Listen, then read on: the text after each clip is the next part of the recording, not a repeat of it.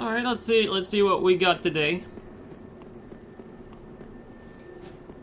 While we wait for the network test. I mean, it's soon. Like, it's really soon. Like, we're gonna know, pretty much, like, we're gonna know who's in, first of all, like, in 2 days, so that's that. And then, what is it, 3 days after that? Gonna be the opening.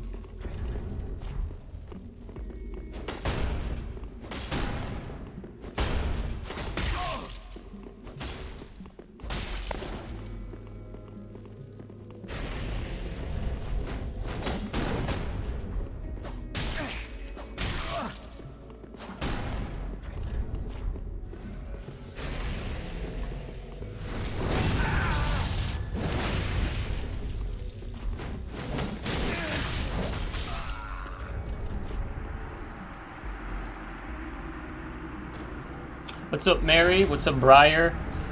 What's up? What's up, Gold? I wonder how being able to assign weapon art to weapon will change PvP. It might make it slower since you wouldn't know what the weapon art is. Honestly, not really. And to be honest, it's like, if you've been watching the stream for a while, like, we neutral swap and we switch to a bunch of weapons. And honestly, there's really not much difference with that. Like, for instance, let me give you an example real quick. Let's do something really quickly. So, in the trailer, let me grab this if I can find it. Okay, there you go. So in the trailer, you see the guy using the bastard sword. Let's grab a bastard sword for the heck of it. Make it even more Elden Ring. I know it's dark, but we're not gonna use it. It's just for an example. So, like, in the trailer, like, you see this guy using a greatsword, and then at some point he does this attack in particular. So it's like, imagine this is still a greatsword, and then he does this with the greatsword. Like, really, if I was to really just set my inventory so that this katana was either right under or like at a ladle spot, I'd basically be achieving like the very same effect. You know, like, it's like doing this is almost as if your greatsword has that attack to start with. Where I'm going with this is that, like, the swapping we have going on here is really not so far as the outcome goes from what the assigning a weapon art to a weapon will feel like. It's really not that far. Like, you can already achieve that in this game if you set up your inventory in advance and you develop the muscle memory. Like, just earlier we just guard broke this guy, you know, with that. Like, there's not much of a difference, like, if that was my claymore that did that, right? Of course there's going to be some extra range and stuff like that, but I mean, the idea is really, you know, it's very, very similar. So we already have a good idea as to, like, how this would affect, like, the game, like how this translates. It's exactly from Sekiro, but guess where the Sekiro animation is from, though? It's just the katana animation.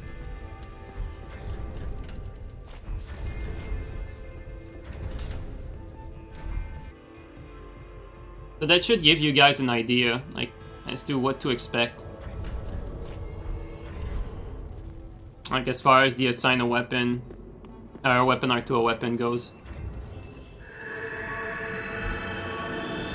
Yeah, it will be more, definitely more accessible.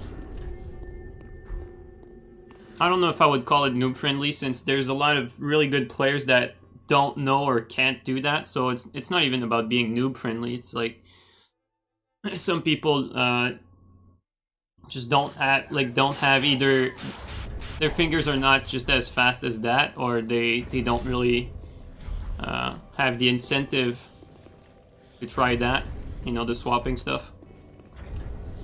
But it's not necessarily about being a noob. There's some bad players that are pretty good at swapping. Do you think Dark Souls 3 online community is already dying? No. No, I think actually it's reinforcing as we get closer to Elden Ring. Like, I think more people are gravitating toward Dark Souls 3 just because of the anticipation of Elden Ring. But yeah, what I'll be interested in the network test is, like, first of all, I want to see if some of the glitches come back. So I mean, that's kind of a bummer. I think a lot of people will do that, but I want to make sure we get that out of the way first. Like, I have my list of priority of things that I want to check. Like, first of all, I want to make sure, like, the cancels, the bow glitch of this world are not in there. Like, I want fucking Elden Ring to at least be glitch free of the glitches we already know first. And then after that, I want to test and see, like, some of the iframes on, like, the quick step stuff if I can. That's my second priority.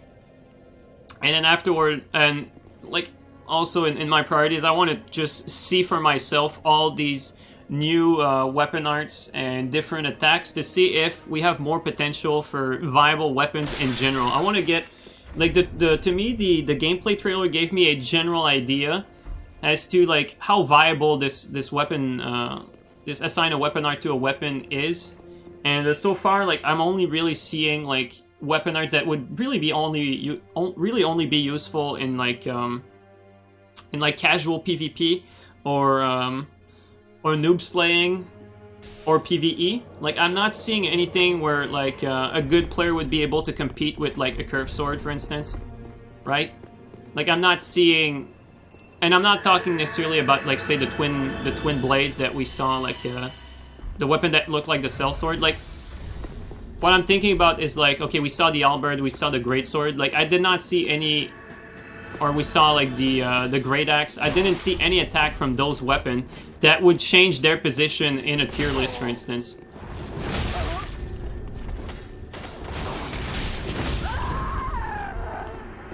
Poor guy, he absolutely got ganked.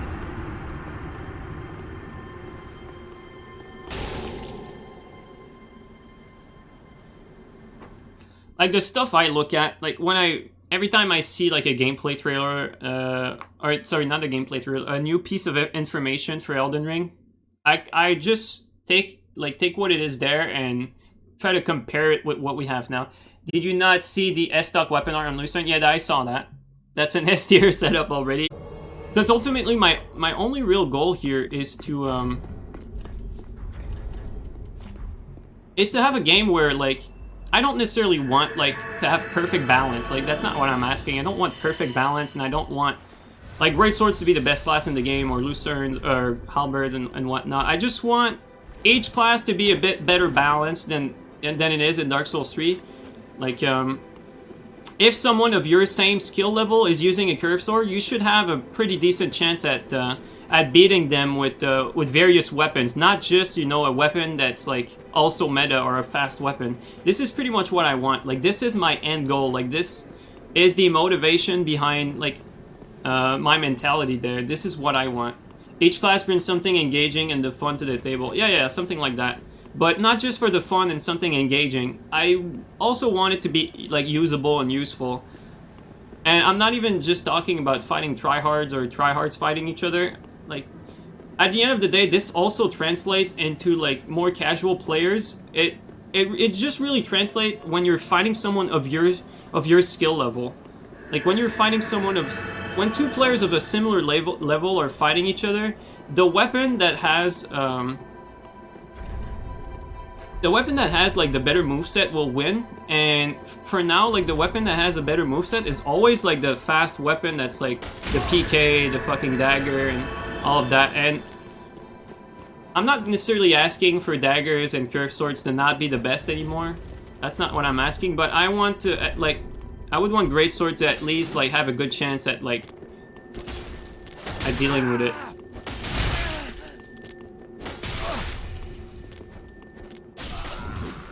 Oh, he almost fell off. You kind of want more gimmick weapons. It's funny that you say that, because like, a lot of people would have a negative reaction to that, but ultimately it's actually true. Like, if you have, like, let me take Lido for instance. Like, Lido is pretty much the best great hammer, and it's one of the most fun great hammer, and it's a great hammer that can actually compete with like, and believe it or not, like, great hammer, like, Lido is nowhere near PK, but it's, like, just good enough so that it can actually compete with it. And why is that the case? It's because it does have some gimmicks. Like, it has that really fast weapon art, which you can like free aim a little bit and then like catch people to the side. And it has that really good R2 when in closed area you can catch people with the rocks. And for those two reasons, so which is what Vale mentioned, like sort of gimmicks, like you can call it gimmick if you want, but this sort of stuff is what makes a weapon good and fun in PvP. It makes it viable. It makes it so that you can impose on the other player that you will catch them if you outplay them. What do you prefer, Lido or Black Knight Great Axe? Black Knight Great Axe unfortunately does not have the Black Knight Great Axe is not good enough like in 1v1. Like it's one of those like situational application.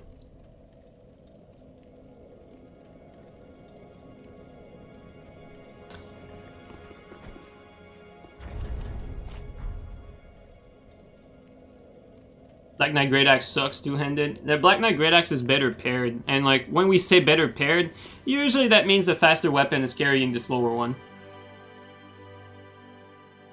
Yeah, what Omega said. Omega just, yeah, pretty much, yeah.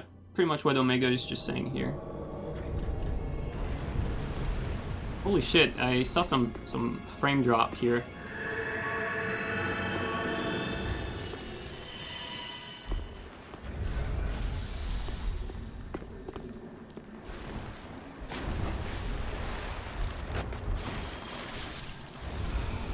Hey, you have a Murky. How's it going?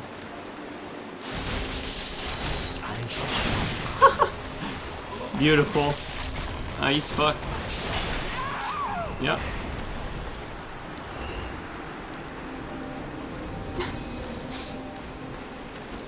Oh, little skip there. Well, the Noob Slayer.